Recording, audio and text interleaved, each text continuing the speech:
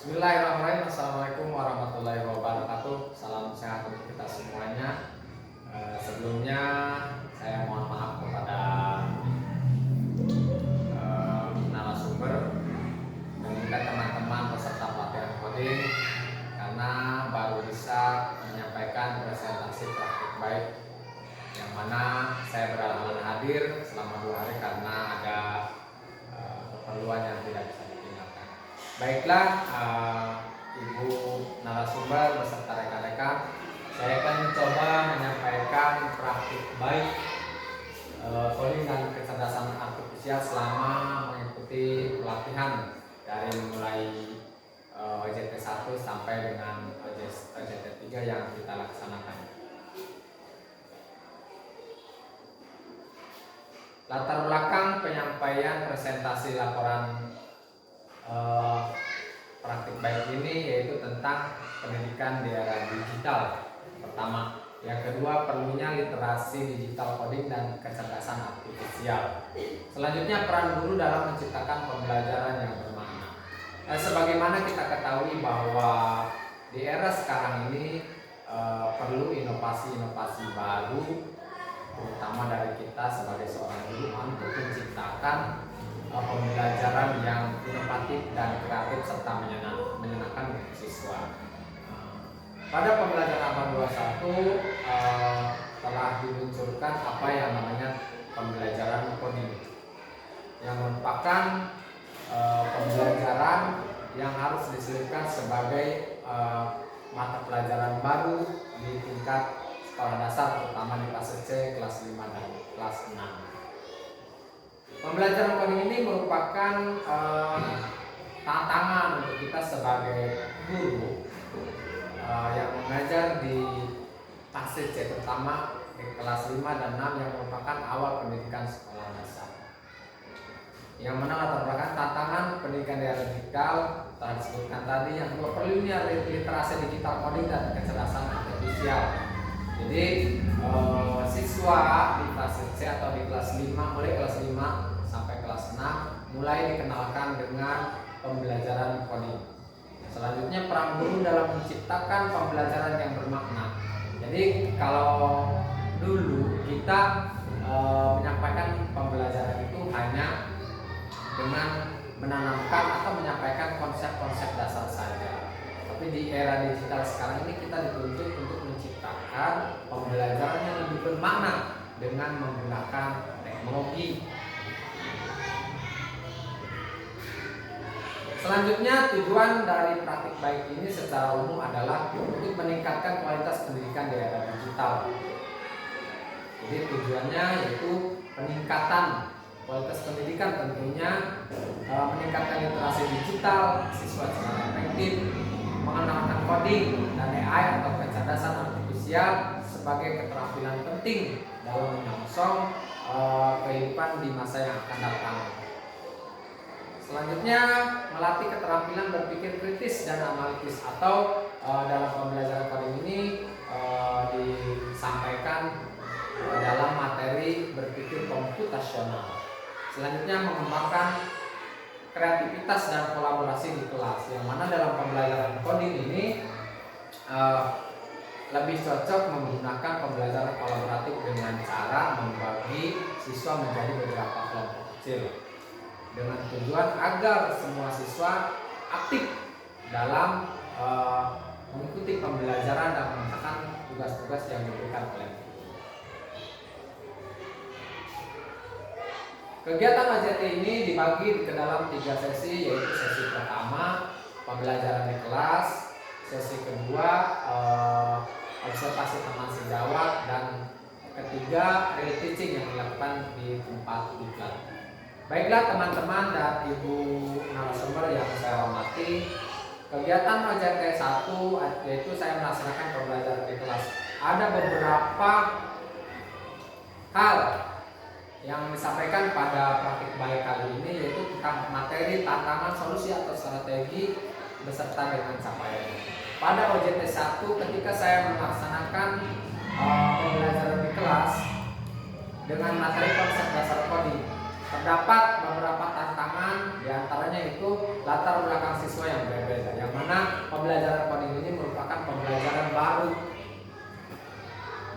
dikenalkan terutama untuk siswa SD di fase C. Jadi latar belakang siswa, latar belakang pengetahuan siswa yang berbeda, latar belakang pengetahuan digital siswa, karena mungkin kami berada di daerah ya, kami daerah, tidak semuanya masyarakat terutama siswa melek digital karena mungkin keterbatasan kepemilikan alat-alat elektronik yang berhubungan dengan digitalisasi. Yang kedua adalah kurangnya sarana dan prasarana di sekolah. Jadi di sekolah saya ketersediaan sarana dan prasarana yang menyangkut alat itu tidak ada. Oleh karena itu saya berinisiasi menggunakan alat-alat seadanya. Kemudian solusi dan strategi yang saya gunakan adalah dengan menggunakan pendekatan atau pembelajaran unplugged coding atau simulasi aktivitas sederhana, yang mana pada pembelajaran saat PJT 1 atau pembelajaran di kelas waktu itu saya menggunakan unplugged atau materi yang tidak menggunakan alat.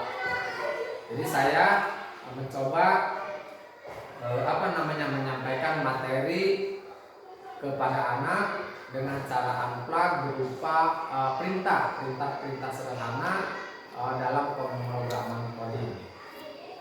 Selanjutnya, capaian yang didapat dari pembelajaran unplugged tersebut, yang pertama siswa memahami konsep urutan perintah algoritma. Jadi siswa bisa mengikuti tahapan-tahapan perintah yang diberikan oleh temannya dalam bermain peran sebagai robot dan yang satu sebagai program. Alhamdulillah penyerapan konsep dasar algoritma bisa dipahami oleh anak. Selanjutnya, meningkatkan antusiasme dalam belajar. Alhamdulillah ketika belajar coding dan walaupun dengan permainan sederhana, anak-anak menjadi antusias karena mereka merasa tertantang. Oh ini pembelajaran baru berupa permainan, robot-robotan dan sebagainya. Otomatis antusias atau minat belajar anak semakin tinggi dengan permainan tersebut. Selanjutnya menginjak ke OJT 2 open class, yang mana pada pembelajaran kali ini saya melakukan pembelajaran di kelas disaksikan atau didampingi oleh teman sejawat, rekan peserta pelatihan KKH waktu itu untuk melaksanakan observasi. Jadi ketika kita mengajar, kita dilihat atau diobservasi oleh teman sejawat. Yang alhamdulillah saya waktu itu diobservasi oleh Pak Lukman dari SD Banjaran Negara 3, kebetulan satu kecamatan.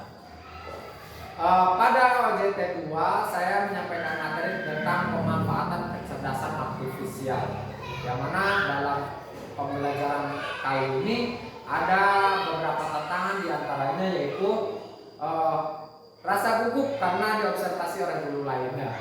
Ini merupakan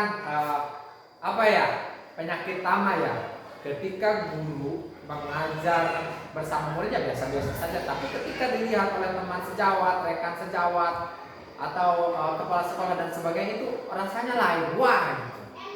Jadi kita ada sensasi tersendiri. Oleh karena itu yang merupakan pengalaman baru yang perlu nanti ditingkatkan ke depan. Yang kedua adalah kurangnya sarana dan prasarana sekolah ya, seperti yang di OJT 1 masih terkait sarana dan prasarana, tapi alhamdulillah saya menggunakan sarana prasarana yang lebih dekat, lebih akrab ke murid ya. Jadi dimiliki oleh semua saya pakai dalam pembelajaran peningkatan kecerdasan artifisial. Dalam hal ini ada solusi dan strategi yang saya gunakan. Yang pertama adalah untuk mengantisipasi kegugupan, rasa nervous dan sebagainya. Saya persiapkan penyusunan skenario pembelajaran. Dari bahan ajarnya disusun sedemikian rupa, terstruktur, sehingga dapat menciptakan suasana kelas yang kondusif. Anaknya saya kondisikan. Nah, karena ini langkah kedua setelah pembelajaran pengenalan konsep dasar coding yang kemarin ini, anak-anak termasuk ya bisa dikondisikan. Yang kedua, strategi pembelajarannya yaitu pembelajaran kelompok dan menggunakan smartphone HP. Nah ini HP ini adalah alat yang paling dekat dan dimiliki oleh sebagian siswa. Dan dalam pengerjaan LKPD-nya pada OJT 2 ini dikerjakan secara berkelompok, namun menggunakan alat seadanya berupa HP. Jadi satu kelompok itu diwakili dengan satu HP saja, karena tidak semua siswa memiliki. Nah, dari strategi dan solusi yang saya terapkan menghasilkan capaian, siswa dapat menyebutkan contoh nyata penggunaan AI atau KA, dan pembelajaran berlangsung interaktif dan siswa lebih berpartisipasi aktif dengan menggunakan teknik tadi kerja kelompok dengan menggunakan smartphone. Anak lebih tertantang dan tertarik untuk menyelesaikan LKPD yang diberikan kepada setiap kelompok. Selanjutnya, umpan balik rekan sejawat sangat membantu untuk perbaikan pembelajaran. Ini fungsinya rekan sejawat. Jadi dengan adanya rekan sejawat bisa mengobservasi, setelah mengobservasi kita diberikan masukan. Oh, misalkan ini saya lupa ini kurang belajar ini, seharusnya menggunakan strategi yang seperti ini. Misal dalam hal ini sudah bagus, tapi akan lebih baik lagi jika ditambahkan ini dan ini. Itu fungsinya rekan sejawat. Jadi setelah kita refleksi hari pembelajaran yang telah dilaksanakan atau open class yang diobservasi oleh rekan sejawat, kita melakukan refleksi dan masukan-masukan yang bersifat konstruktif diberikan oleh observer kepada saya selaku guru yang berobservasi. Selanjutnya pada kegiatan ketiga saya melaksanakan open class. Open class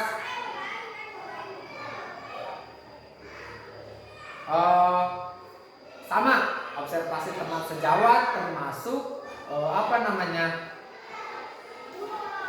real teaching di kelas atau di tempat pelatihan, yang mana observernya masih tetap rekan sejawat tapi disaksikan oleh narasumber, oleh ibu narasumber. Yang mana dalam real teaching ini saya memakai materi yang saya sampaikan adalah pemepatan kecerdasan artifisial, masih yang seperti OJT 2, tapi lebih ke substansialnya, yaitu mencari arti kata sulit dengan asisten pintar. Jadi menggunakan aplikasi-aplikasi yang berbau AI atau KA seperti ChatGPT, Gemini, Keroman Google, ya Meta AI dan sebagainya. Nah, di sini terdapat tantangan. Yang pertama, menyesuaikan gaya mengajar dengan kebutuhan dan karakteristik murid yang berbeda. Ya kalau di sekolah masing-masing kita kan berhadapan langsung dengan murid. Tapi ketika real teaching di tempat pelatihan, ya kita berhadapan dengan rekan-rekan yang seolah bermain peran sebagai murid. Itu juga suatu tantangan tersendiri. Oleh karena itu, saya menggunakan strategi yang melakukan persiapan yang sangat matang. Pengolahan kata yang bagus, bahan belajar yang bagus, strategi, metode-metode yang bagus saya gunakan, LKPD yang menarik itu saya persiapkan dari awal. Kedua, mencoba berbagai metode, melakukan refleksi dengan teman sejawat. Ini yang paling berharga yang saya lakukan di OJT 3 ya. Jadi masukan-masukan dari rekan sejawat, terutama dari ibu narasumber, sangat membangun sekali. Jadi sangat memberikan inspirasi untuk saya. Saya ucapkan terima kasih pada ibu yang telah memberikan masukan-masukan berharga sehingga saya bisa untuk lebih memperbaiki lagi gaya mengajar, metode yang saya gunakan dalam pembelajaran coding yang saya terapkan di kelas nanti. Nah, dari strategi dan solusi yang diterapkan terdapat beberapa buah capaian, yaitu pembelajaran berlangsung interaktif dan siswa lebih berpartisipasi aktif dengan metode-metode yang saya gunakan. Alhamdulillah, walaupun pesertanya itu guru, mereka seolah menjadi siswa yang mengikuti kegiatan pembelajaran dengan aktif. Yang kedua, umpan balik rekan sejawat sangat membantu untuk perbaikan pembelajaran. Ya, dari rekan-rekan, terutama dari ibu narasumber. Terima kasih atas masukannya. Selanjutnya, dari 3 kegiatan ini terdapat dampak dan pencapaian Yang pertama, siswa lebih melek digital dengan mengenal AI atau kecerdasan artifisial. Yang kedua, guru terbiasa menyisipkan teknologi dalam pembelajarannya. Dengan pembelajaran coding ini otomatis tidak hanya unplug saja, tapi juga plugnya. Otomatis saya sebagai guru lebih mempersiapkan diri untuk bisa menggunakan dan terampil dalam berteknologi dan selalu menggunakan teknologi dalam setiap pembelajaran. Selanjutnya, ini dampak yang sangat baik menurut saya, karena dengan adanya OJT 1, 2, 3 ini terbangun kolaborasi dengan teman sejawat. Jadi kita bisa refleksi bersama. Kalau mengajar di kelas kita hanya merefleksi ya sendiri dengan siswa, atau ketika dia observasi teman sejawat hanya dengan teman sejawat saja, rekan guru. Tetapi kalau di pada real teaching kita bisa berkolaborasi, artinya refleksi bersama, masukan-masukan yang konstruktif itu bisa dilontarkan atau didapat dari selain dari rekan sejawat peserta pelatihan, juga dari narasumber. Nah, dari kegiatan berbagi praktik baik ini dapat beberapa kesimpulan yang bisa diambil, yaitu yang pertama, praktik baik ini memperkuat literasi digital dan AI pada siswa. Jadi dengan ini pembelajaran coding dan kecerdasan artifisial otomatis memperkuat literasi atau pengetahuan tentang dunia digital yang diterapkan dalam pembelajaran sehari-hari. Dua, mendukung transformasi pembelajaran di era digital. Jadi anak itu kan di era pembelajaran digital harus dipersiapkan, minimalnya mereka harus mengenal tentang apa yang namanya digital atau komputer. Jadi seperti itu. Selanjutnya, membekali siswa dengan keterampilan di ABA 21. ABA 21 ini adalah luas sekali.